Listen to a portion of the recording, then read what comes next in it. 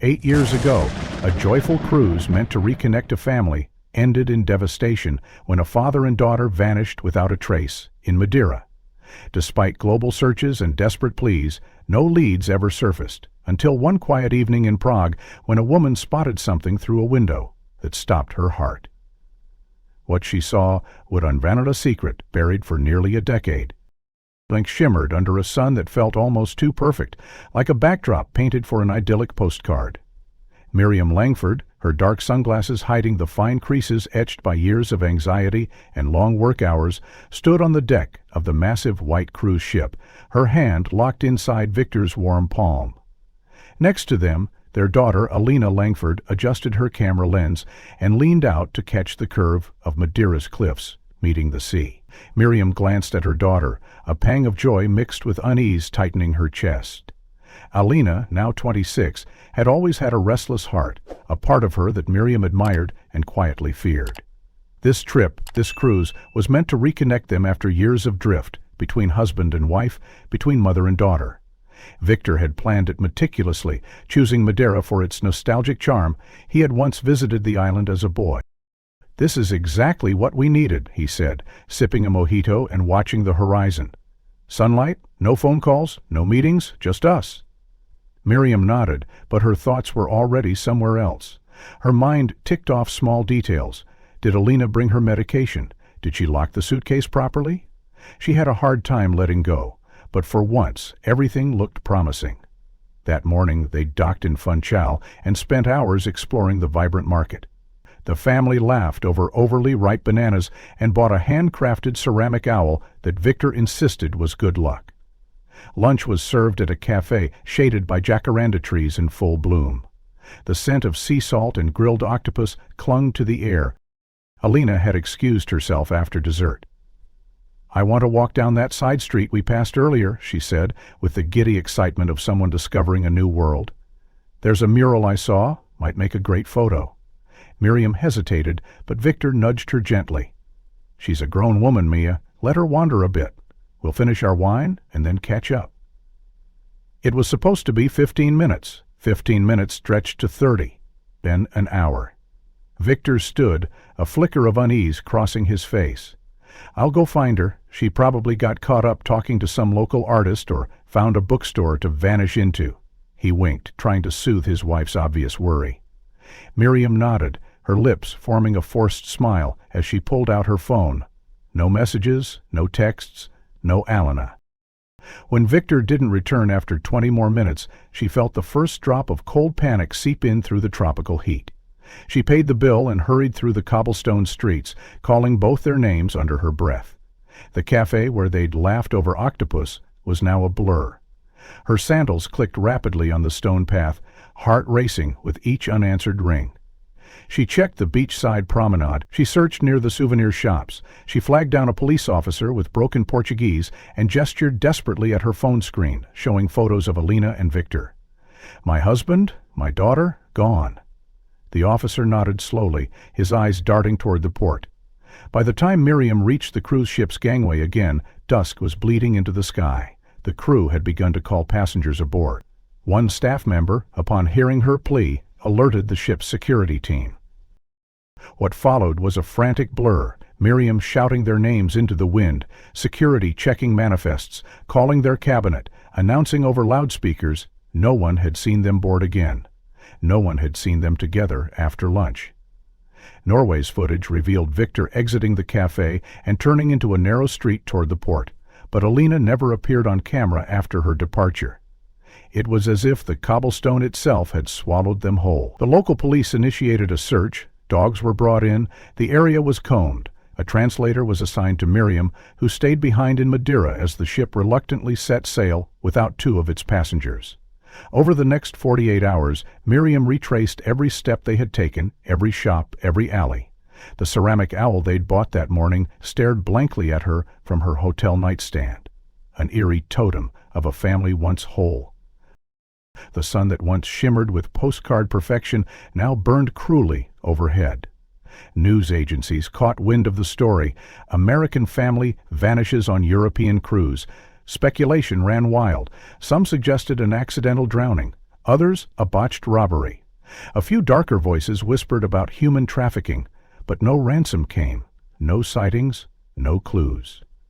8 years had passed since that day in Madeira. 8 birthdays, 8 empty chairs at holiday dinners. Miriam has returned to the island every year on the same date, walking the same streets, putting up the same worn-out posters. Her hair, once chestnut and thick, is now streaked with gray, but her eyes are sharper, hungrier. She watches the world like a hawk that's lost its nest and dares the world to bring it back.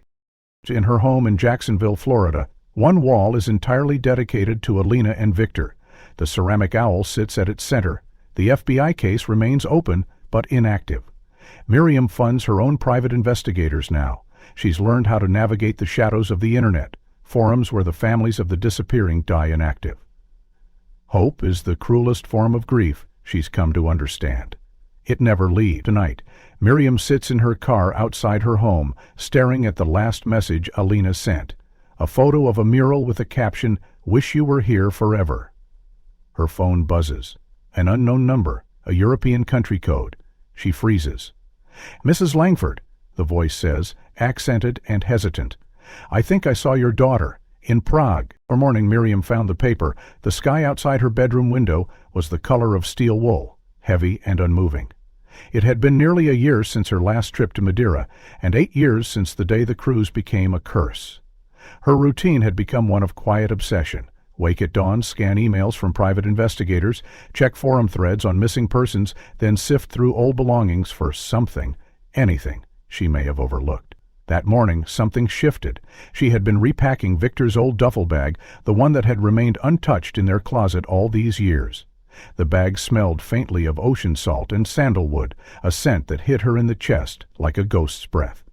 Hidden beneath a false bottom sewn sloppily into the lining, her fingers found something stiff and dry, a folded piece of paper discolored around the edges. She unfolded it, the creases crackling. In Victor's familiar blocky handwriting were a name and address: Shevchenko Market, Obolonsky, Kiev. Her eyes widened. Kiev? They had never discussed Ukraine, never traveled there. Why would Victor have an address in a city halfway across the continent they never even intended to visit? Miriam sat back, the slip of paper trembling in her hand. Her first thought was that it must have been a mistake, maybe something he jotted down during a conversation. But Victor was not a careless man. He had been precise, organized, even rigid. If he wrote it, it meant something. That realization planted a new seed of dread in her heart. For the rest of the day, she paced her living room, the note resting on the coffee table like a riddle she couldn't solve. Was it a lead, a connection to what happened? Or worse, had Victor been hiding something from her long before the trip? For weeks afterward, the name Shevchenko haunted her. She looked it up, discovered it was a massive open-air market in Kiev, one known not just for food and crafts, but for its seedy underbelly, worse with rumors of black market trades, undocumented workforces, and the occasional brush with human trafficking rings. The thought made her stomach turn. Had Victor known something? Had he gotten involved, even inadvertently, with something that cost him and their daughter everything? As always, there were no answers, only more threads unraveling. Her private investigator in Eastern Europe tried to trace the address, but found no registered properties linking back to Victor or Alina. Eventually, he even advised her to move on, but Miriam couldn't, not when the timing of the note, its placement, and the context aligned with that gnawing whisper in her gut. There was something they hadn't seen, something Victor hadn't told her, and maybe Alina had paid the price. Months passed and Miriam resumed her cycle. She scheduled another trip, this time to Lisbon, Portugal. There had been a series of vague sightings posted on a European missing persons subreddit. A girl with similar features, blue eyes, fair hair, working at different hostels, mostly around the Alfama district. Most were unreliable, but she followed every single one. She walked through alleyways with posters rolled up under her arm, tape and pins in her bag, talking to local shopkeepers and bartenders, asking the same question in broken Portuguese: "Have you seen this girl?" They usually shook their heads with polite pity or brushed her off. But on her 4th evening in Lisbon, something different happened. She was pressing a new poster onto a bus stop panel near the Miradora de Santa Lucia, the city glinting behind her in the soft amber of dusk, when she felt someone standing too close. Turning slowly, she saw a man, older, gaunt, dressed in layers of mismatched clothing. He reeked of sour wine and stale sweat, but his eyes were startlingly clear. He pointed at the poster, his finger trembling behind her. In his eyes, "I saw her. A long time ago." Miriam's breath caught. "Where?" she whispered, barely able to push the words past her lips. The man blinked slowly, then looked over his shoulder as if checking for someone. "She was not called Alina," he said. "They called her Tatiana." Her heart stopped. Tatiana? The name felt wrong and familiar at the same time, like a mask someone else had put on her daughter's face. "Where did you see her?" The man squinted, thinking. "A place, a basement club near Berni Alto. She served drinks, didn't talk, just watched." Miriam pulled out her phone and opened a map, showing him a few pins she had saved from previous leads. He pointed to one. "That street, Rua da Rosa. A man with scars on his hands, he always came for her." Miriam scribbled the name down, adrenaline pulsing like electricity beneath her skin. "Do you remember when this was?" The man shrugged. 3 years? Maybe 4? Before COVID, I think.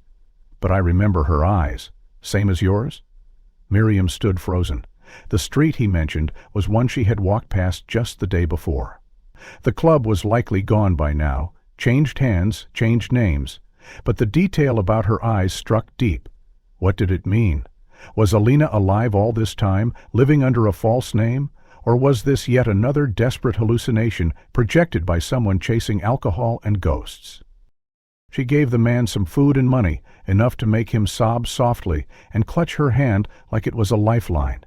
He said nothing more. That night, she sat in her small hotel room, staring at her reflection in the bathroom mirror. She repeated the name Tatiana under her breath, over and over, until it didn't sound foreign anymore. She typed it into photos of Alina, reverse-searched social media accounts, even language school records. Nothing surfaced. But something was different now. The address in Kiev, the name Tatiana, the connection to a man with scars. For the first time in years, the clues didn't feel random. They pointed somewhere. And Miriam, though terrified, knew she had to follow. She sent an encrypted message to one of her former contacts in Prague, Ivana Novak, a Czech journalist turned activist who once wrote her back about a trafficking case that shared eerie details with Alina's disappearance.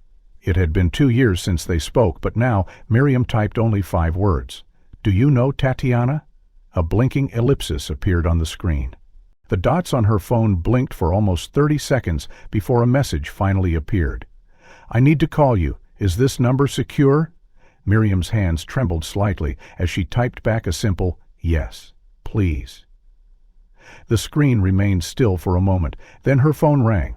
It was an international number with a Czech Republic code.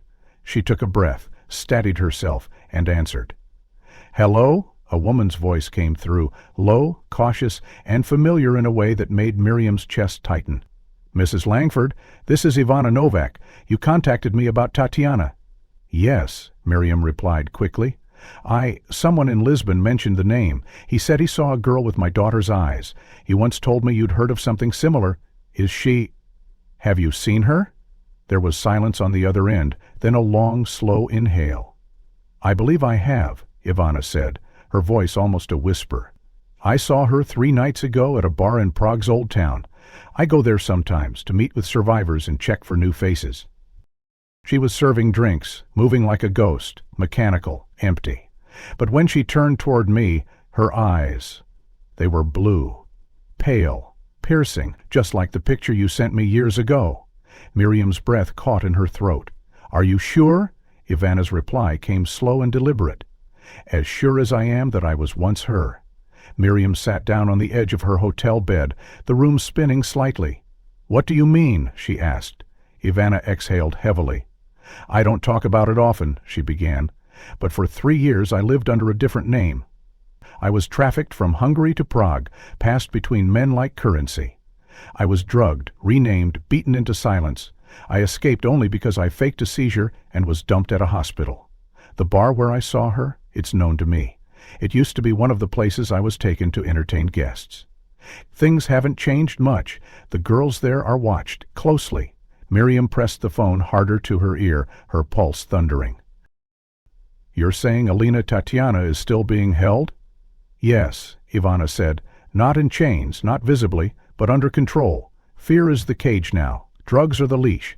I watched her for 15 minutes. She never smiled. She flinched every time someone came too close, and she never looked anyone in the eye until me. What happened then? Miriam asked, her voice fairly audible. She froze, Ivana said, if something buried inside her recognized something. But then a man stepped out from the back, a large man with a deep scar running from his temple to his neck. When he appeared, she straightened like a soldier, poured a drink, and turned away.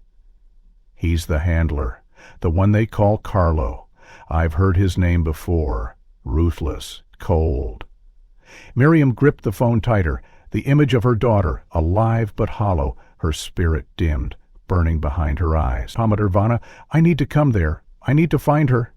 I figured you'd say that, Ivana replied, her tone softening. I can help, but we need to be smart. This is not a rescue movie. These people have eyes everywhere. If they suspect anything, they'll move her, or worse. Miriam's mind was already racing ahead. What do I do? Ivana paused. Get here, quietly. Don't tell police, not yet. We'll go to the bar together. I'll introduce you to someone who knows the district better than anyone. Annetta, another survivor. She still works inside, but only because she's gathering intel. She can help us get closer. Miriam's heart pounded with something she hadn't felt in years. Direction. I'll book the earliest flight, she said. Good, Ivana said. When you land, don't use your name, and whatever you do, don't ask about Tatiana out loud, not unless you want the whole network to know you're coming. They ended the call, and Miriam sat for several minutes in stunned silence. Alina, still alive, still under control, but seen. The name Tatiana took on a weight she hadn't expected. It wasn't just a disguise, it was survival. She spent the next hour booking flights, rearranging plans, and scrubbing her phone of obvious data. The sun had set outside her window, but inside her soul, something fragile began to flicker back to life. When she boarded the plane the next morning, she did so under the name Margaret Taylor. She wore sunglasses and tied her hair into a tight braid. She carried a small bag with only essentials and a printed photo of her daughter that she would not let go of. Landing in Prague felt like stepping into the eye of a storm. The city's cobbled streets and Gothic facades seemed too beautiful to host such shadows. Ivana met her at the arrivals hall, tall, lean, with eyes that had seen too much. You look different, she said. Miriam offered a tense smile. So do you. They drove in silence to Ivana's apartment in Ziskov's, a quiet residential district far from the tourist paths. There, over mugs of bitter black tea, they laid out the plan. We wait until Friday, Ivana said. That's when Carlo usually visits the bar. He likes routines. If Alina, Tatiana, is still there, we'll see her. Miriam nodded slowly. And if she's not? Ivana looked away. Then we look harder. They didn't sleep much that night. Miriam lay awake on the couch, staring at the ceiling, whispering her daughter's name like a prayer.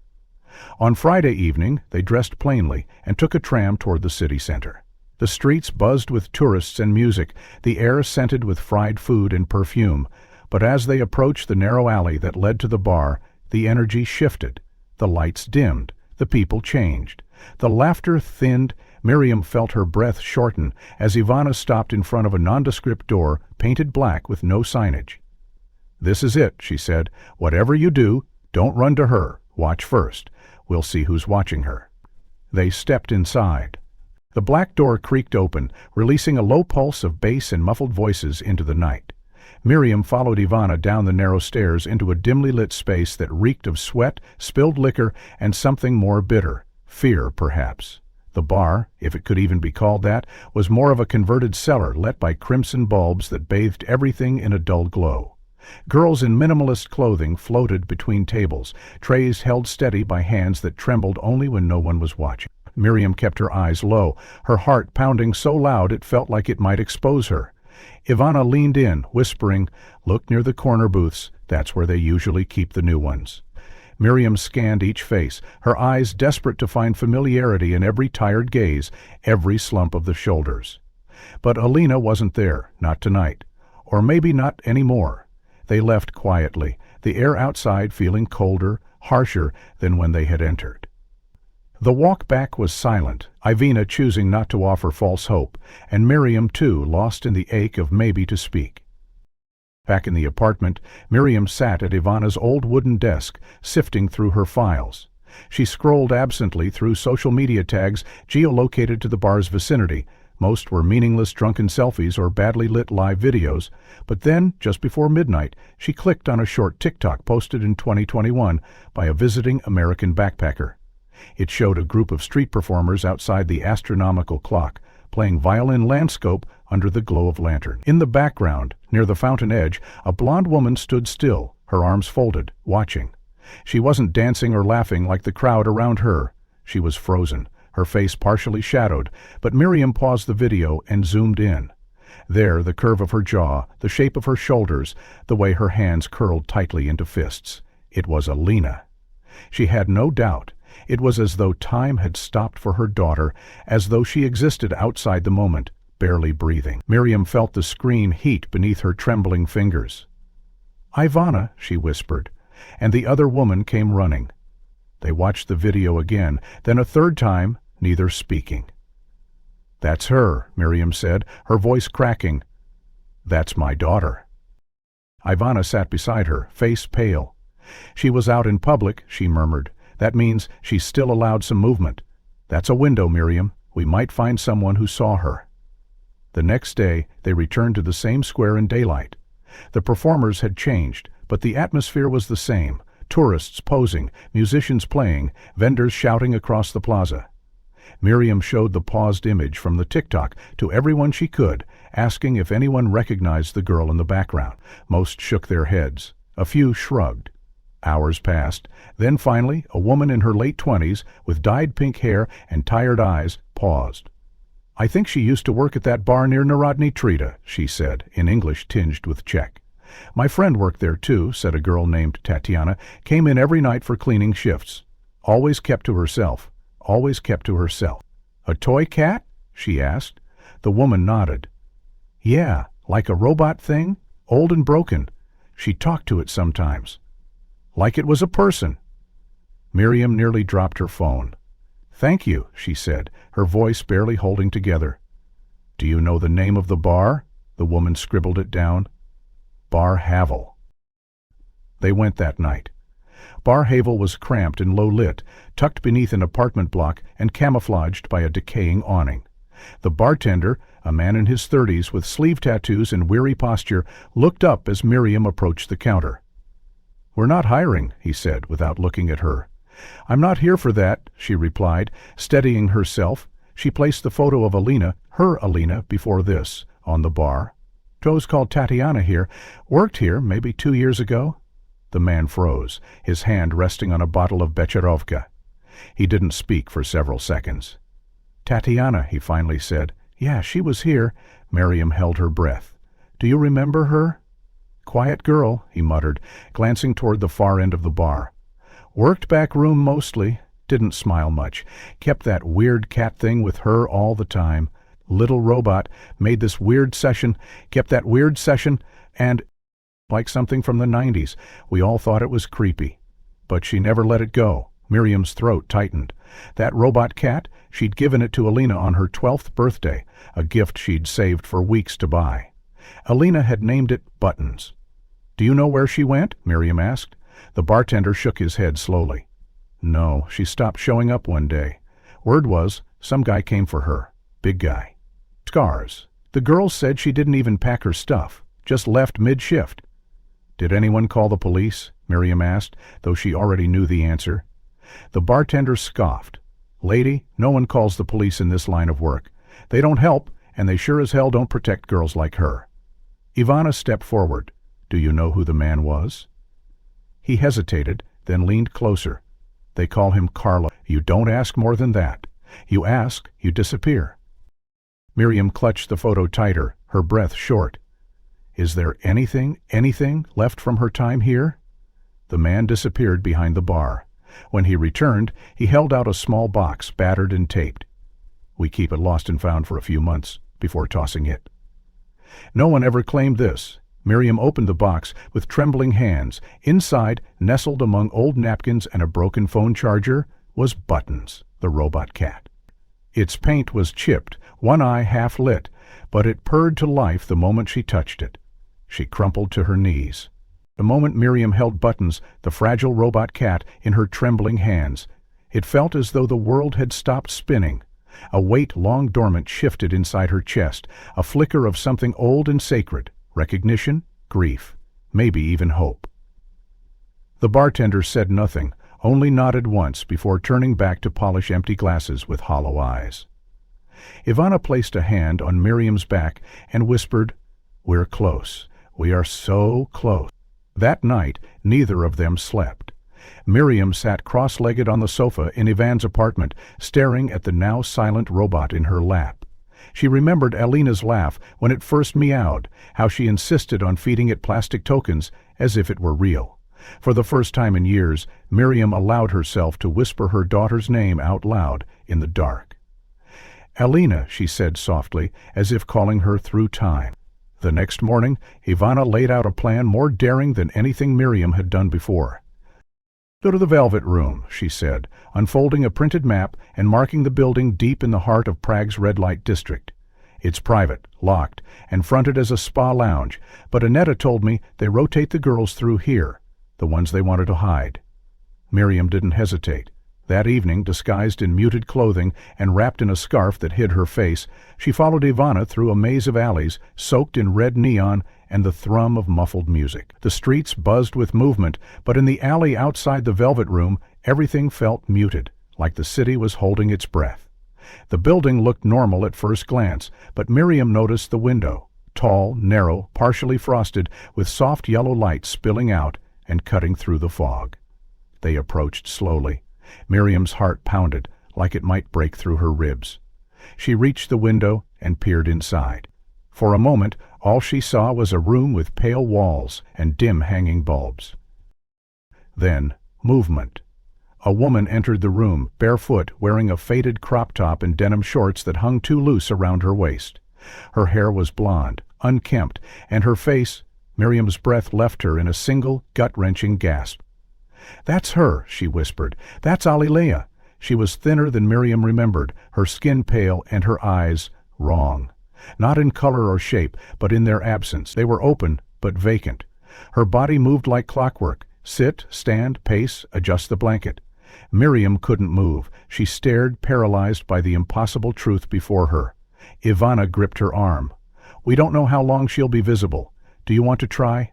But Miriam was already knocking on the glass. Once, twice, then with both fists. "Alina, baby, it's me. It's Mom."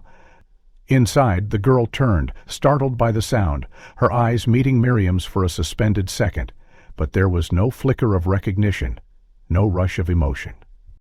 Only confusion, then fear. She backed away, hands raised, shaking her head. "No," she mouthed silently.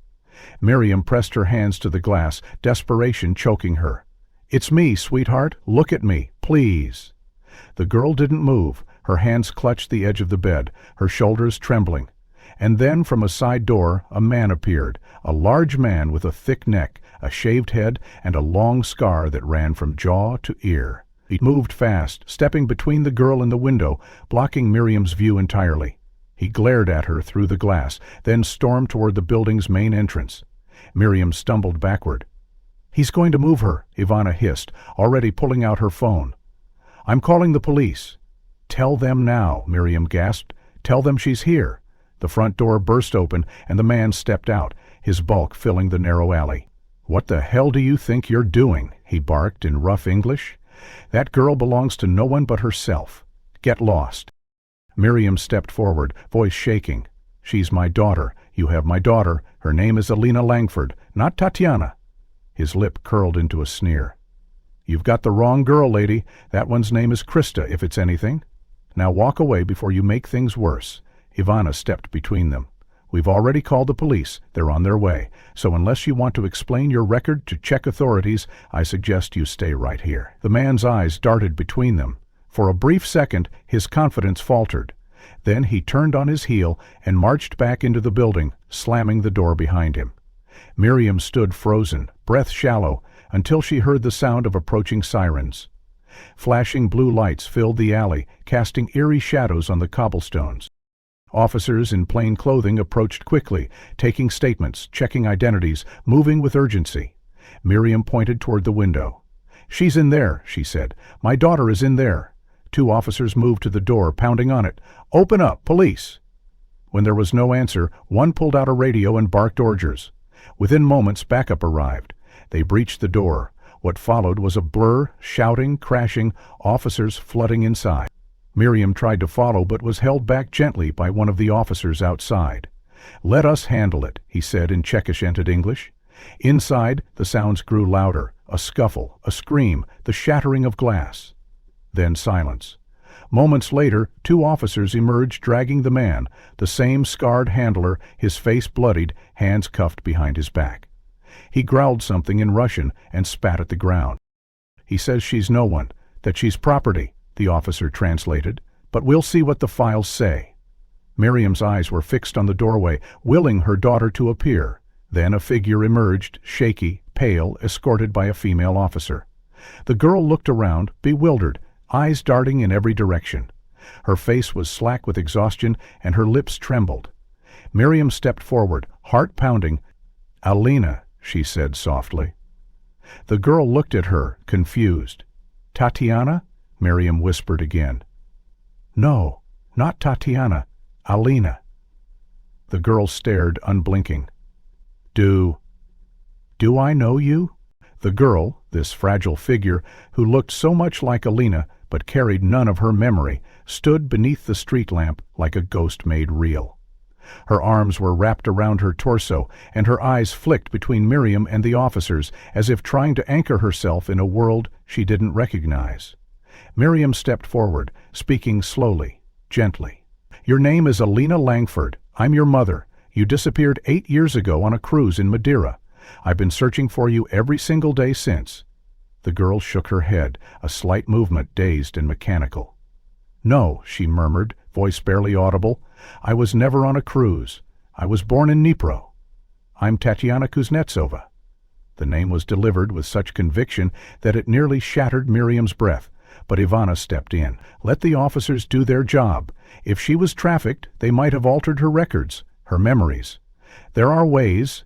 The police gently guided the girl into one of the waiting vans, and Miriam was ushered into another, along with Ivana, who translated rapidly as the lead officer briefed them on what came next. At the precinct, under the harsh fluorescence of an interview room, officers laid out items recovered from the Velvet Room and the adjacent apartment believed to be the handler's base. Among them was a small stack of documents, passports and handwritten schedules.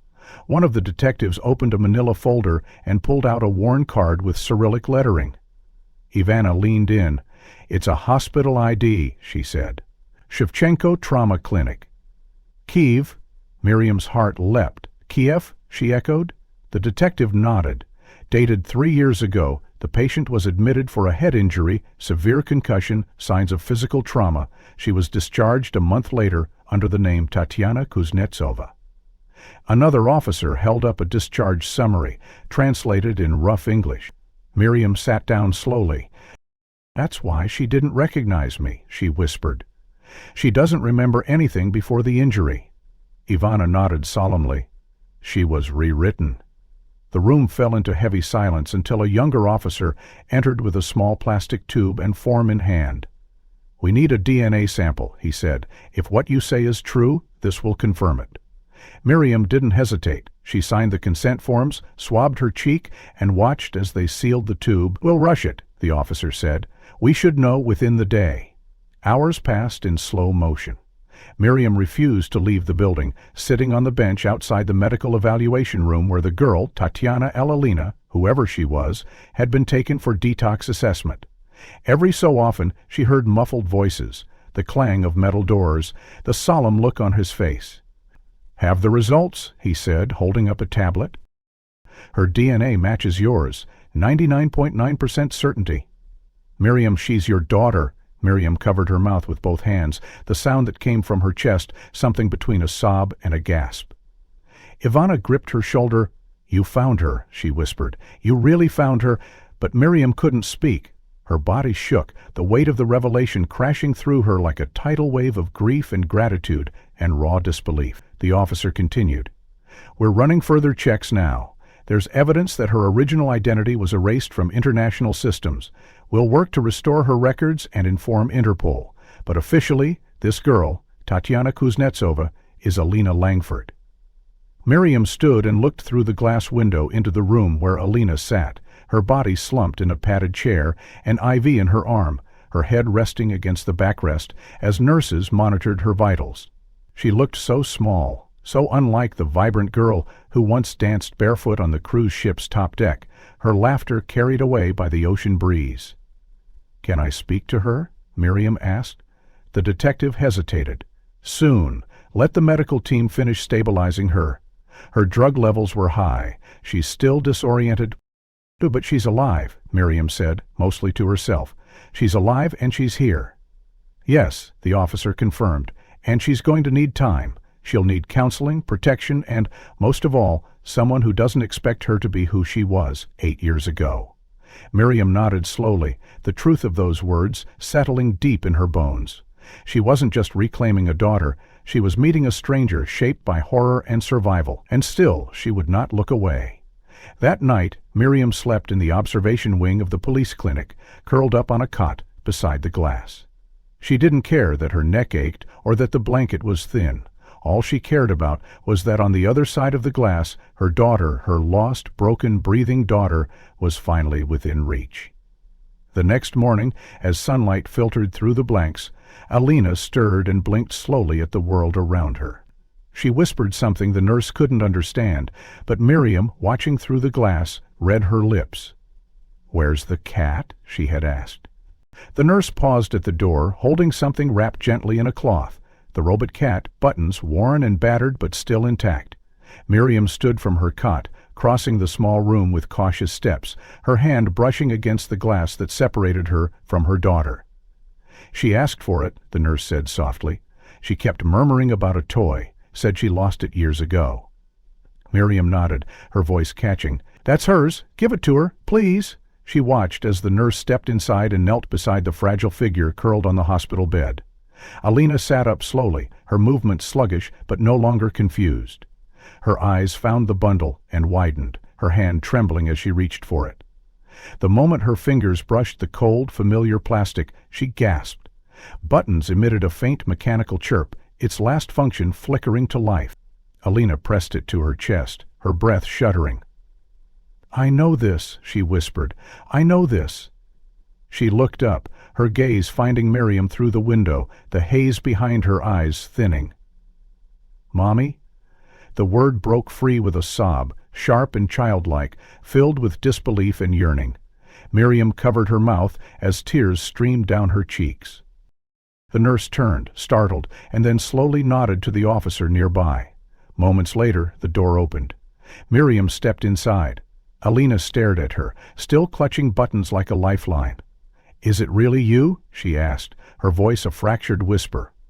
"Are you real?" Miriam dropped to her knees beside the bed and took her daughter's hand. "Yes, baby," she said through tears. "I'm here. I never stopped looking for you, not for one single day." Alina's lips trembled. "I thought I dreamed you. I thought maybe you weren't real. I kept seeing you in flashes, but they told me I made it up, that I was abandoned." Miriam shook her head violently. "No, never. You were taken from me, from us." Alina's eyes searched her face. "Us?" she asked. "Dad. Where's Dad?" The question struck like lightning. Miriam froze, the joy of reunion instantly shadowed by the grief she had been avoiding since the moment this journey we had most. She held Alina's gaze, forcing herself to stay calm. "We don't know yet," she said carefully. "When you disappeared, he went after you. He never came back either. I thought," she swallowed, "I thought maybe he was with you." Alina's brows furrowed, the word Dad clearly scratching at something buried in her mind. I remember him shouting, she said slowly. A street, loud engine, someone was pulling me, and he ran after them. Then nothing. Just black. Miriam squeezed her hand. That's more than we had before. Alina closed her eyes. I remember a van, metal floor, then the lights above a clinic. My head hurt so bad, they said I fell. That I was no one, that my name was Tatiana, and my family left me. Miriam shook her head, her voice firm now. That was all lies. You are Alina Langford. You were born in Jacksonville, you loved fairy lights and strawberry yogurt, and you named that cat Buttons after the cartoon you made me watch 1,000 times. Alla let out a dry laugh, more sob than humor. Buttons, I missed him. I talked to him when no one else would listen. He didn't forget me. Neither did I, Miriam said. And I won't let you go again. The officers allowed them a few more minutes, and Miriam used every second to answer her daughter's questions, though so few had answers. Alina's memory was still patchy, fragments like shards of a broken mirror that showed only pieces of a reflection. But there was clarity growing behind her eyes, a spark of the old Alina returning with every second of presence. Did anyone else look for me? She asked. Was it in the news? Miriam nodded. It was everywhere. You and Dad. For months, then years, I never stopped pushing. I hung posters until my fingers bled. I spoke to anyone who'd listen, and eventually, I got to you. Alina looked away. I used to wonder if I even existed, like maybe I was just made in some lab, like one of those dolls you buy, with no history, no birthday, no parents. Just function. You're not a doll, Miriam whispered. You're my daughter. You are real, and you are home.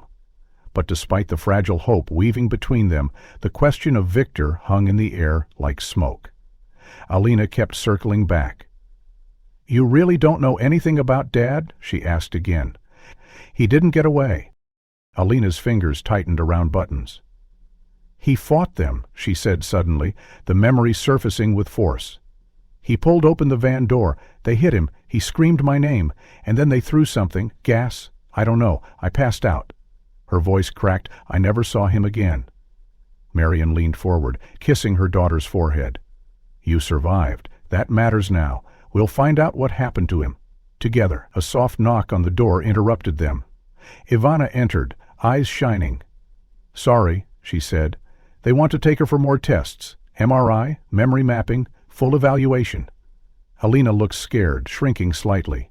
Do I have to go alone? Miriam shook her head.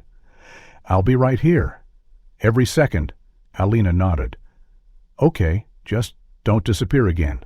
Never, Miriam promised. Not now. Not ever. As the nurse prepared the IV line, Alina looked once more at Miriam and whispered, If he's still out there, do you think he remembers me? The hallway outside the MRI room was silent except for the low hum of fluorescent lights and the occasional murmur of nurses behind the double doors. Miriam paced slowly, her hand clutched behind her back, her mind racing through the fragments of memories Alina had just begun to recall. He fought them, Alina had said. He pulled open the van door. Those words echoed like a heartbeat, steady and unrelenting. It meant Victor had been there. He had seen what was happening. He had not let go. The nurse returned, signaling that the scan would take another 20 minutes, and Miriam nodded absently. As she turned the corner back toward the waiting room, Ivana approached with a small manila folder tucked under her arm and a look on her face that Miriam immediately recognized as significant. We have something, Ivana said, her voice low but urgent, about the man who was arrested outside the Velvet Room. Miriam stiffened. The one with the scar? Ivana nodded. His fingerprints matched an old employee record from Ocean Vista Cruises, the same line you sailed with in Madeira. Miriam blinked. What? Ivana handed over the file. His name isn't Carlo, it's Victor Sidorov.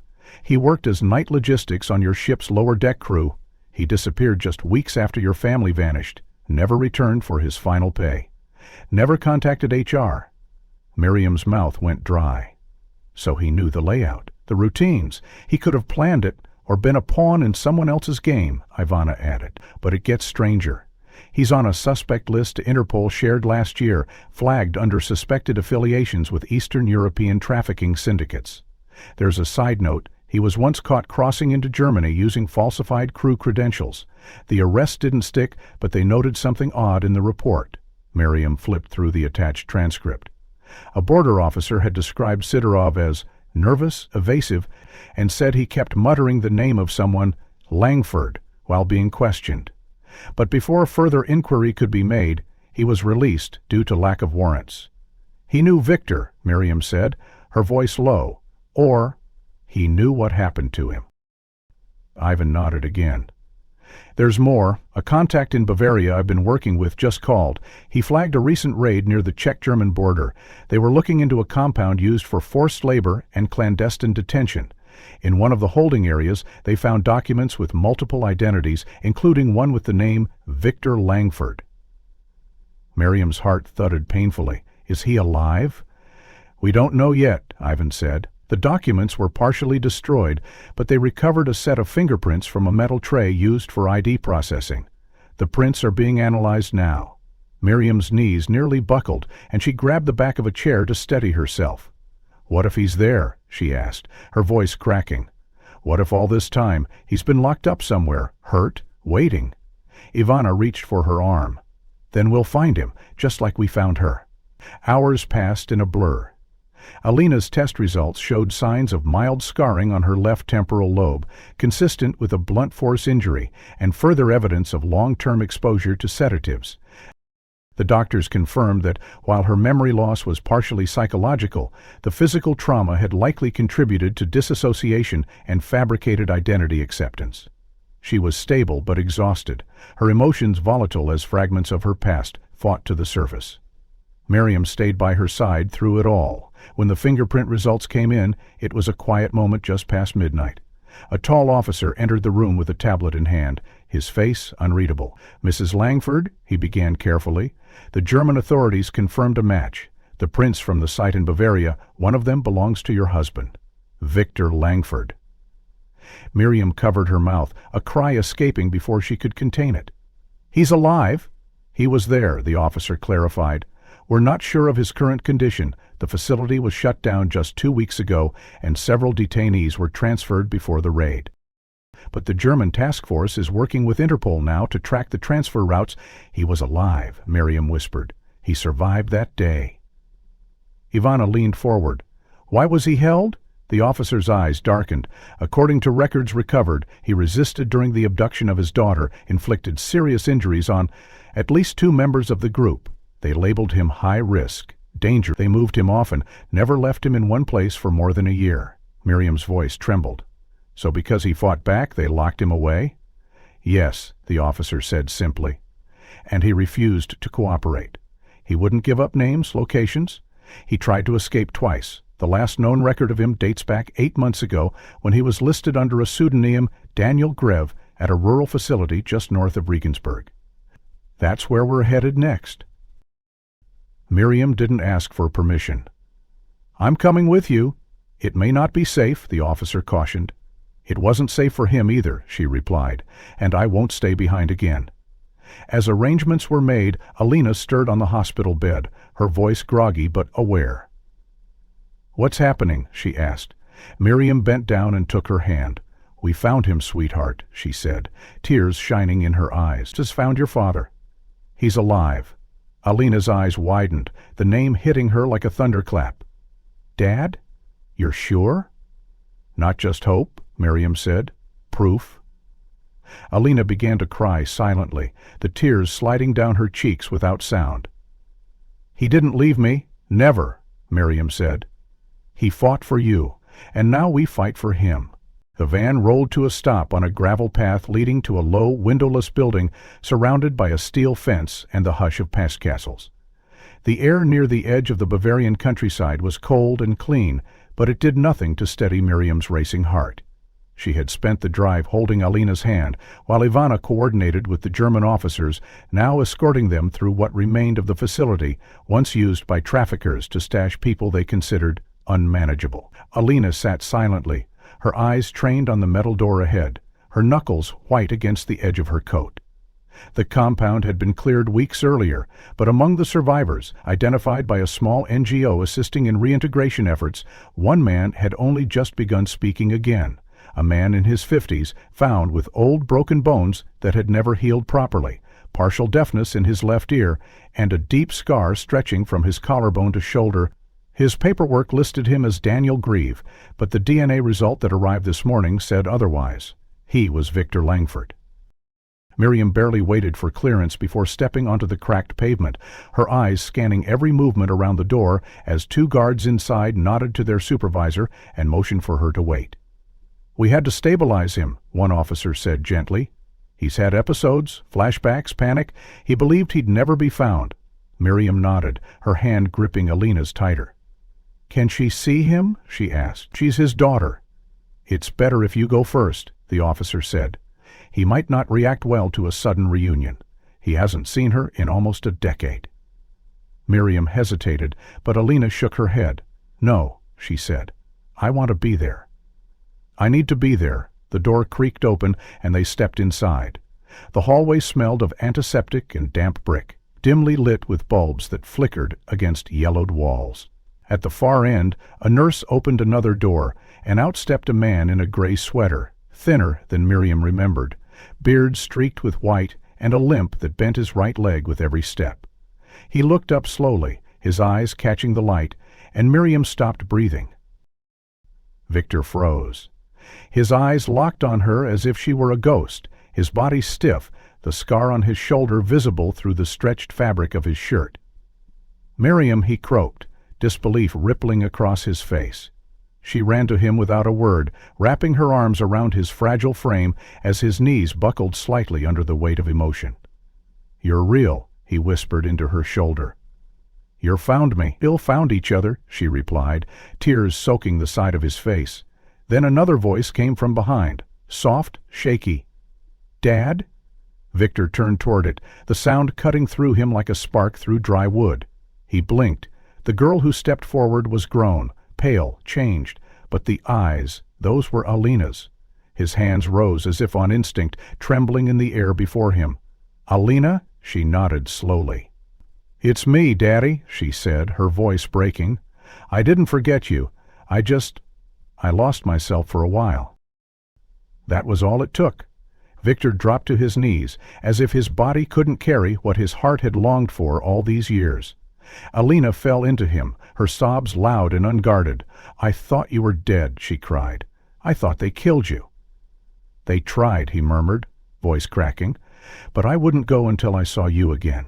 You kept me alive, Alina. You were the only thing that kept me breathing." Miriam joined them, her hands folding around both of them, and for the first time in 8 years, the Langford family was whole again, bruised, weathered, but intact.